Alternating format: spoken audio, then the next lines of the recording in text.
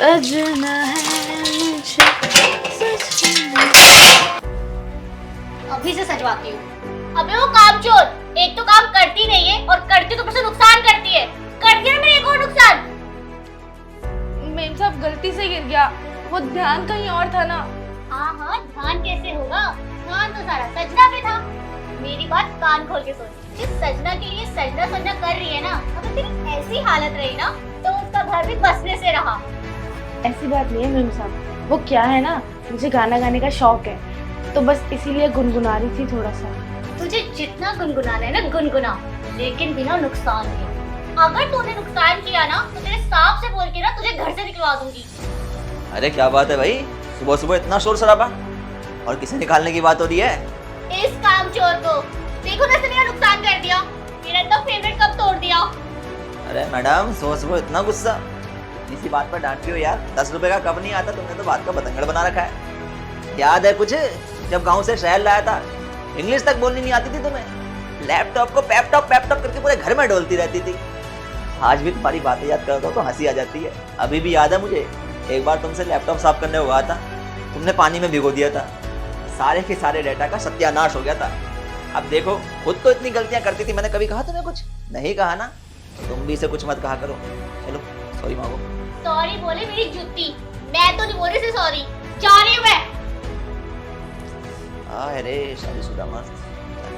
अरे हिमांशी, करवा दिया ना नाराज तुम्हें सुबह सुबह से, अब ऑफिस जाने से पहले मनाना पड़ेगा।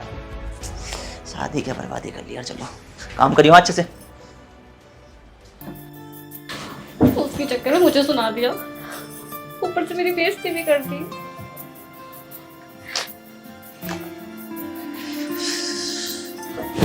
क्या हुआ मैडम, गुस्सा हो गया?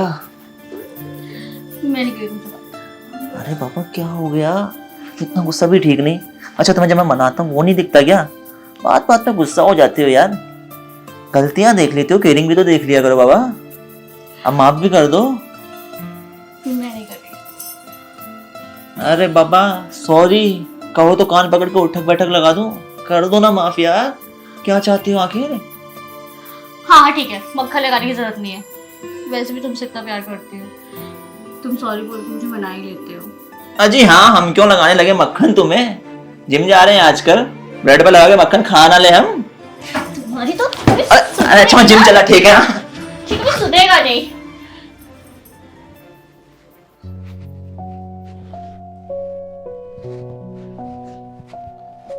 सर आपने बुलाया? हाँ, क्या है ये? क्या हुआ सर, आप कहना क्या चाहते हैं, मेरे को समझ में नहीं आया। फाइल में नील गिरा हुआ है, और तुम्हें पता है ना ये फाइल कितनी इंपॉर्टेंट है ऑफिस के लिए। मुझे इसे बाहर भेजना था, अब तुम बताओ कैसे भेजूं मैं इसे? क्या नील गिरा हुआ है? ये क्या कह रहे हैं सर आप? देखो इसे। शिट सर, मुझे खुद नहीं पता ये कैसे हुआ। ये फाइल तो मैंने घर पे रखी थी, फिर इसमें नील कैसे गिर गया मेरे को खुद नहीं पता सर। शेखर, मुझे तुमसे ही उम्मीद नहीं थी, तुम इतने लापरवाह कब से हो गए? मैं तुम्हें अपने ऑफिस का सबसे बेस्ट एम्प्लॉय मानता हूं, और अगर तुम ही ऐसे काम करोगे तो बाकी एम्प्लॉयज क्या करेंगे? देखो शेखर, तुम इस ऑफिस में मेहनत और लगन से काम करते हो, इसलिए मैं तुम्हें इस बार माफ कर रहा हूं। अगर आगे से ये गलती दोबारा हुई तो याद रखना, तुम्हारा वो दिन इस ऑफिस में आखिरी दिन होगा। जाओ।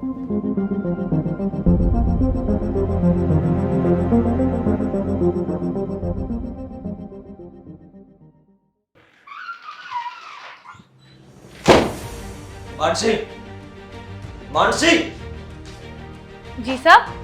तुम्हारे अंदर दिमाग है कि नहीं? तुम्हें इतना भी नहीं पता कि नील कपड़ों पर डाला जाता है, ना कि फाइल्स पे। तुम्हारे चक्कर में पूरे ऑफिस में आज मेरी बेइज्जती हो गई। बॉस ने मुझे सुनाया वो अलग। इतना टाइम से ऑफिस में अपनी परफॉर्मेंस मेंटेन करके चल रहा था मैं, लेकिन तुम्हारी वजह से सर झुक गया मेरा। पर साहब मैं बार कुछ नहीं, हमेशा आज तक मैं तुम्हारी सपोर्ट लेते हुए आया हूँ, लेकिन आज नहीं। इस बार तुमने हद मचा दी है। ऐसा नहीं होता है, कोई बंदा तुम्हें सपोर्ट कर रहा है तो उसका ये सिला नहीं देना चाहिए, समझी तुम? बात करती है। पर साहब मैंने आपकी किसी भी फाइल पर नील नहीं गिराया। तुमने नहीं डाली थी तो क्या मैंने डाली थी? मैं धोता हूँ कपड़े, तुमने अभी खुद बोला कि तुम धोती हो कपड़े। बात करती हो यहाँ पे। अरे आप इसे क्यों डांट रहे हैं? ये सही कह रही है, इसकी कोई गलती नहीं है। एक्चुअली वो मुझसे ही नील गिर गया था और मैं आपको बताने से डर रही थी। इस बेचारे को तो कुछ पता भी नहीं है। अरे यार ईशु, तुम इतनी केयरलेस कैसी हो सकती हो? हिमांशी, आई एम सॉरी, मुझसे गलती होगी। दरअसल मैं क्या ही कहूँ, बहुत ज़्यादा टेंशन में था तो इस वजह से सुना दिया। माफ कर देना मुझसे। सॉरी की कोई बात नहीं है साहब, गलतियां तो सबसे होती रहती है। ईशु यार, ये हद है, ऐसा मत किया करो। जाओ अब।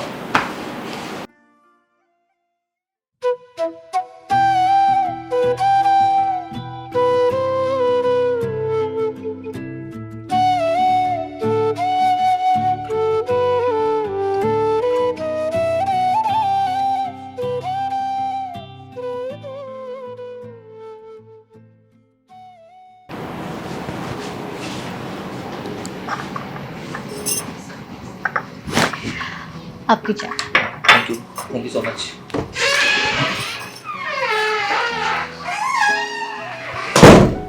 साहब नमस्ते। नमस्ते। अरे रुक, अरे हाँ रोशन, तू ये बता हिमांशी क्यों नहीं आया आज? साहब वो ना हिमांशी ना माँ बनने वाली है, तो आज ना उसकी तबीयत थोड़ी ज़्यादा ख़राब थी, इसलिए वो छुट्टी पर है और उसकी जगह मैं काम करने आ गया। पर साहब कल से वो टाइम से आ जाएगी काम करने के लिए। अरे वाह, ये तो खुशखबरी की बात है। तू एक काम करियो, उससे बोल दियो कि कुछ दिनों तक घर पे ही रहकर आराम करे, ठीक है? साहब डॉक्टर ने भी उसे आराम करने को कहा है, वो घर पे लेकिन आराम नहीं करती है। और सबसे बड़ी बात तो यह है कि मुझ अकेले से घर नहीं चलता है, उसे भी काम करना पड़ता है और ये बात वो बहुत अच्छे से जानती है। साहब हम गरीब लोग हैं, हम डेली कुआं खोदते हैं और उसमें से पानी निकाल के पीते हैं। अगर वो काम पर नहीं आएगी तो घर कैसे चलेगा? कल वो खर्चे भी हमारे बढ़ने वाले हैं। इसी डर से वो काम पे डेली आएगी, क्योंकि उसे बहुत डर है कि अगर आपने उसे निकाल दिया तो कहाँ काम करेगी। चल कोई बात नहीं रोशन, तू एक काम कर, वहां जाके काम संभाल ले।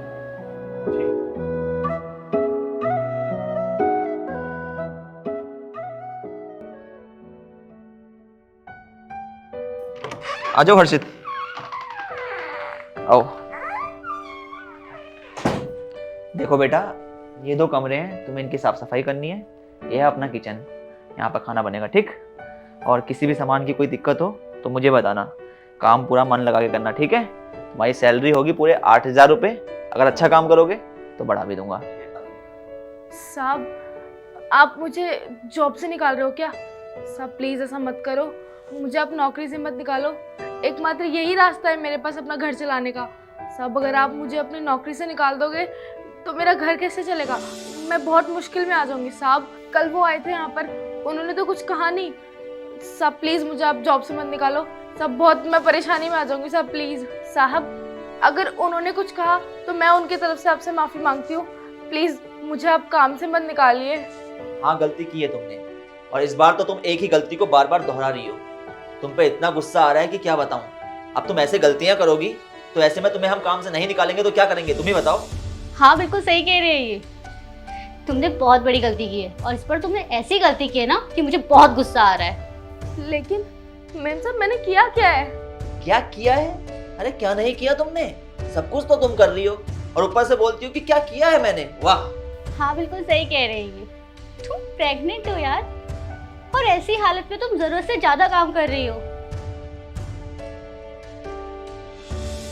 माना कि पैसा कमाना तुम्हारी मजबूरी है, लेकिन उस पैसे का भी क्या फायदा जिससे शरीर ही खराब हो जाए।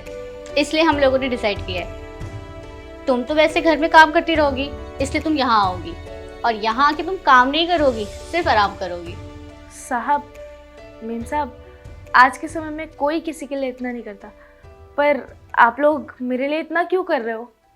अगर बात करने की करें तो जितना तुम हमारे लिए करती हो वो भी कम नहीं है, लेकिन ये सब करने के पीछे एक दर्द भरी कहानी है। कुछ वक्त पहले की बात है, जब तुम हमारे पास काम नहीं करती थी, उस वक्त मेरी वाइफ ईशु प्रेग्नेंट थी। हमने कई सारे सपने देखे थे अपने बच्चे को लेकर।